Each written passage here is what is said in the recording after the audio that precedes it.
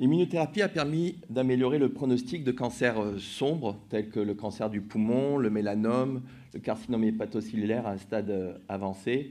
Mais comme tout, il y a toujours un revers de la médaille avec une apparition d'événements indésirables. Et pour cela, je vais vous parler en particulier de l'hépatotoxicité de l'immunothérapie. Alors, il faut comprendre que, initialement, historiquement, quand on utilisait une chimiothérapie, le but, c'était directement de cibler la cellule tumorale. Là, avec l'avènement de l'immunothérapie, il y a un changement de paradigme et il va y avoir des anticorps monoclonaux qui vont se diriger vers des récepteurs, des checkpoint inhibiteurs, qui vont permettre de lever l'inhibition, parce qu'il va y avoir un phénomène de tolérance, et ça va permettre d'activer les lymphocytes T cytotoxiques, qui vont agir ensuite vers la cellule tumorale. Le principe de l'immunothérapie, donc il faut entendre les noms des anticorps anti-CTL4, des anticorps anti-PD-1 et des anticorps anti-PDL1. Et le but est de réveiller l'immunité antitumorale, notamment lymphocytes T cytotoxiques, et de diminuer la tolérance vis-à-vis de la cellule cancéreuse. Il faut comprendre que durant le développement du cancer, le système immunitaire se fatigue et devient tolérant envers les cellules tumorales reconnues comme une partie du soi. Cette tolérance est permise via l'activation d'un réseau qui est appelé checkpoint, présent sur les cellules tumorales, mais aussi dans l'environnement inflammatoire tumoral, permettant leur échappement et leur survie. Et chose de plus, c'est que le foie est un organe particulièrement immunotolérant, de fait de son exposition continue à un afflux d'antigènes exogènes via le système porte. À partir de là, on peut comprendre qu'il va avoir beaucoup d'effets secondaires. Vous voyez, il y en a énormément qui touchent plusieurs organes. Et un peu l'idée, c'est que surtout les organes qui sont ouverts vers l'extérieur, tels que le foie, le poumon, le cancer et la peau. Voici un exemple de la cinétique des effets indésirables sur un anticorps monoclonal lipidumab.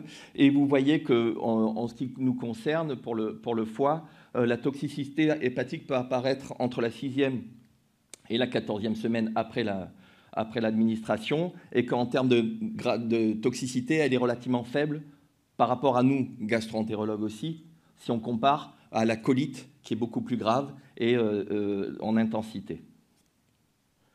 Alors, voici le topo, ça va être un peu plus rapide puisqu'on avait pris un peu de retard.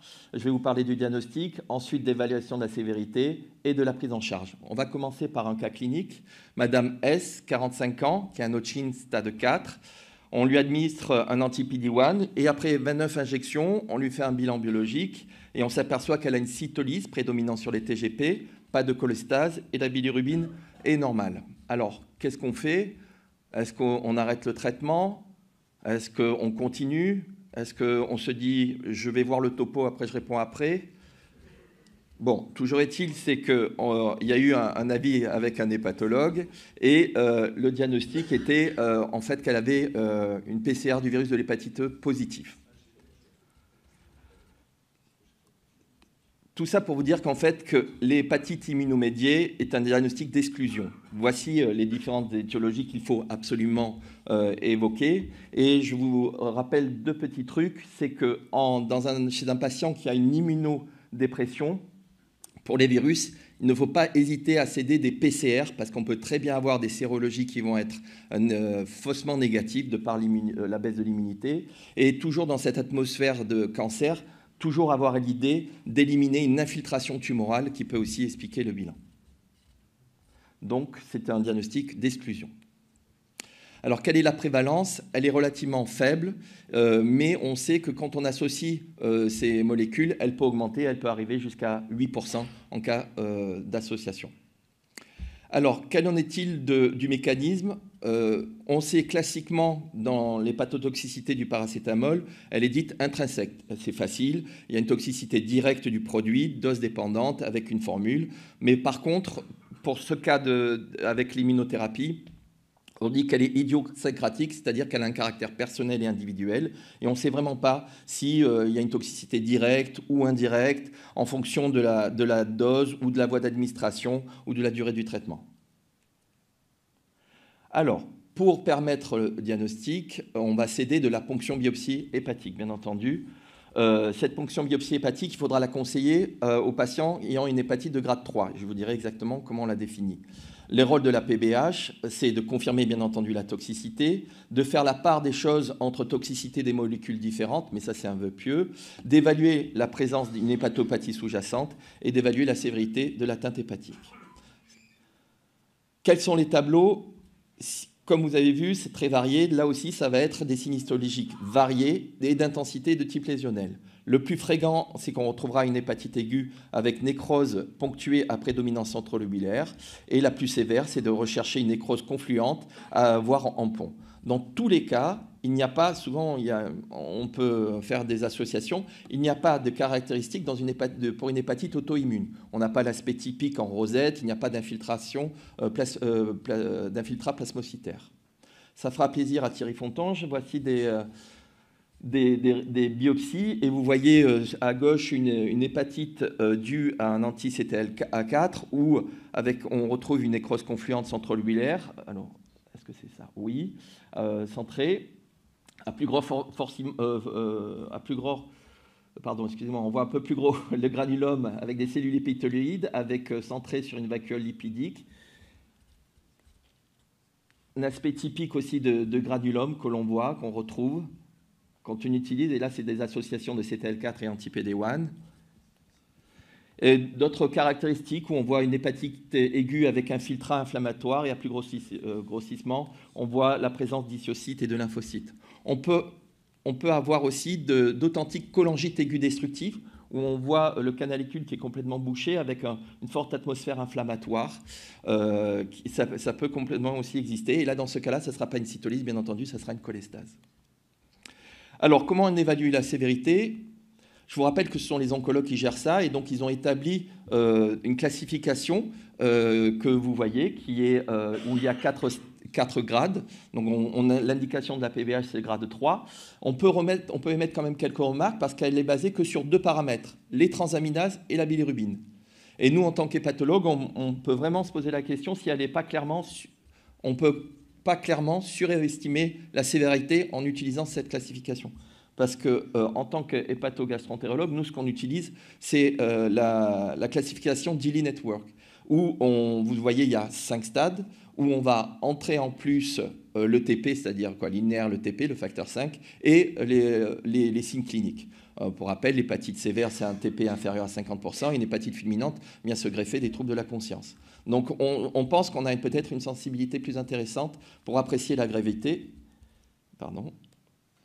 Mais il existe quand même de réels cas d'hépatite aiguë sévère et fulminante. Et si on voit dans le bas de la diapositive des datas de l'OMS où il a été colligé plus de 31 000 personnes ayant eu une immunothérapie, 0,4% ont eu quand même une hépatite fulminante. Et dans une étude multivariée, reprenant environ 3500 patients, on retrouvait une hépatite fulminante à 0,14%. Donc c'est présent, c'est anecdotique quand même. Alors, quelle est la prise en charge? Elle se base sur les recommandations de l'ESMO, qui sont en rapport avec l'oncologie. Grosso modo, ce qu'il faut comprendre, le grade 2, on suspend le traitement. Le grade 3, on va instaurer des corticoïdes. Tout ça est en fonction, comme je vous ai dit, de la classification d'oncologie. Pour challenger ceci, il y a des études qui sont apparues, et notamment à Paris, où ils ont colligé sur 500 patients qui avaient une hépatite immunomédiée. Ils ont récupéré 16 qui avaient un stade 3, de grade 3, et sur les 16, il y avait 6 patients qui n'avaient pas pris de corticoïdes, parce qu'on aurait dû mettre des corticoïdes, et ils ont vu l'évolution, et l'évolution était plutôt favorable. Et ce qui va dans l'idée qu'on avait peut-être surestimé la sévérité. La même chose, c'était des études faites par Sanoui et Beaujon, où là aussi, ils ont recolligé les patients avec des grades entre 2 et 4, et plus de 50% n'ont pas eu de traitement par corticoïdes, et ça s'est plutôt bien passé. De ce fait, on peut en tirer une proposition de prise en charge des patients avec hépatite immunomédiée. En cas de cytolyse et de cholestate de grade 3, après avoir éliminé les autres causes, entre parenthèses, pour les gens qui ont une cholestase, en plus des corticoïdes, on peut rajouter bien entendu le délursan. Ça, c'est pour les gens qui ont les cholestases. On va proposer une biopsie hépatique et après avoir éliminé une infiltration ou d'autres causes, en cas d'hépatite immunomédiée, là, on va rajouter des critères qui vont permettre d'apprécier encore plus l'indication du traitement, qui seront basés sur le TP, sur la bilirubine et sur aussi les caractéristiques en histologie. Et soit on peut proposer une surveillance, soit on va proposer des corticothérapies à faible dose, soit en fonction de la gravité et de l'intensité, on peut augmenter directement à 2 mg kg, voire même rajouter des immunosuppresseurs. Donc j'espère que j'ai rattrapé le temps qui était perdu. La toxicité hépatique de l'immunothérapie, j'ai presque fini. La toxicité hépatique de l'immunothérapie est donc rare. Le diagnostic nécessite vraiment d'exclure toutes les autres causes d'hépatite aiguë. La biopsie hépatique a un rôle dans le diagnostic ainsi que dans l'évaluation de la sévérité. Cette sévérité est souvent surestimée et les hépatites fulminantes, il faut savoir qu'elles sont anecdotiques.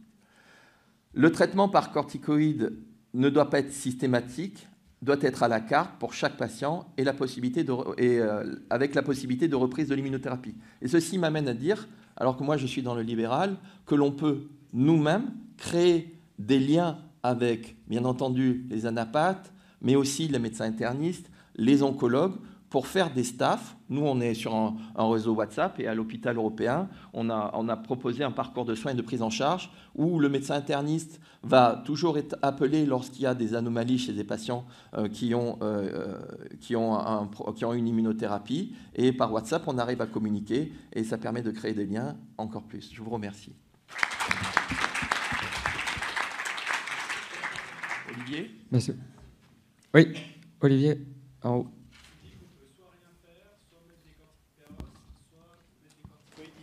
Oui. Toi, comme dans le réseau, à ton oncologue, tu lui dis, tu mets quand tu mets quand les corticoïdes Peros et quand tu fais du Livet et quand tu fais rien. C'est le monitoring. Tu te bases sur, comme je t'ai dit, sur la grade 3. Le monitoring, tu vas voir l'évolution. Mais ça se fait vraiment ensemble. Là, on a eu un cas où c'est une patiente qui avait un bilan hépatique perturbé. Et ce bilan hépatique perturbé, elle avait une décytolyse à plus de 1000. Et en fait, elle avait des TGO supérieurs à TGP. Le TP était strictement normal. Et en fait, c'était juste, je vais taper à côté, mais c'était une myosite. Et ça existe, les myosites. Donc, la myosite, dans ce cas-là, c'était une indication de corticoïde plus que de l'hépatite. Mais si le TP, là, dans ce cas-là, était conservé, il y aurait eu juste une surveillance parce que cliniquement, elle allait très bien. Mais c'est quelque chose de vraiment collégial, bien entendu, avec une surveillance accrue. Entre parenthèses, elle est partie en réa pour la myosite. Mais donc, est-ce que, par exemple, à l'admission, un patient qui a un TP à moins de 50%, tu vas faire la même chose qu'un TP supérieur à 50%. Ça, c'est la première chose. Non. Et est-ce que tu réagis pareil sur une cytolyse isolée ou un patient qui jaunit pareil, non. Et donc ça, c'est la troisième question, c'est globalement quel délai tu te donnes si on surveille en disant ok, je me donne une semaine, 15 jours de... Voilà. Alors, je vais essayer de remettre la classification. Voilà. Les grades. Ouais. Bien entendu, il y a la suspension. Bien entendu, ça c'est primordial. Vous avez vu, quand il y a vu que la cinétique, elle va diminuer de toute façon, quoi qu'il arrive, à partir de la 14e semaine.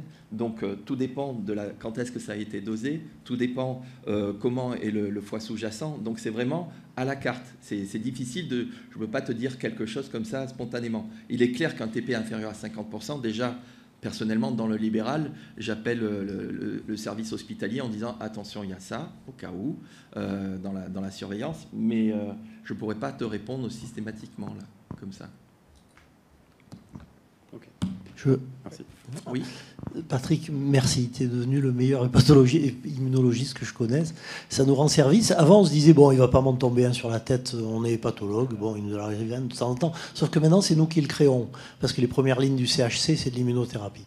Et donc, on en a des. Donc, il faut vraiment connaître ça. Et on va être amené de plus en plus à gérer ce truc-là chez des patients qui sont graves, qui ont une cirrhose. Alors, en général, ils ne sont pas graves, ils sont CHAL2A si on leur fait ça. Sinon, ils n'ont pas de traitement.